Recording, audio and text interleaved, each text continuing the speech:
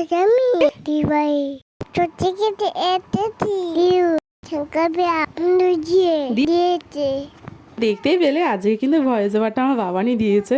আর দেখো সকালবেলা মা সবাইকে দই চিড়ে দিয়েছে, আর আমরা না এখন বোন আর আমি এখানে ডিম টোস্ট খাচ্ছি। আর বাবান তো সব কিছুতে ভাগ বসাবেই। তারপর চলে এলো মাছ। আজকে মাকে বলেছিলাম মাছটাই রান্না করো, মাংস টাংস আজকে আর করতে হবে না। তো মা এখানে 3 রকমের মাছ নিয়ে এসেছিলো, পমফ্রেট মাছ, কাতলা মাছ, আর নিয়ে এসেছিলো চিংড়ি মাছ।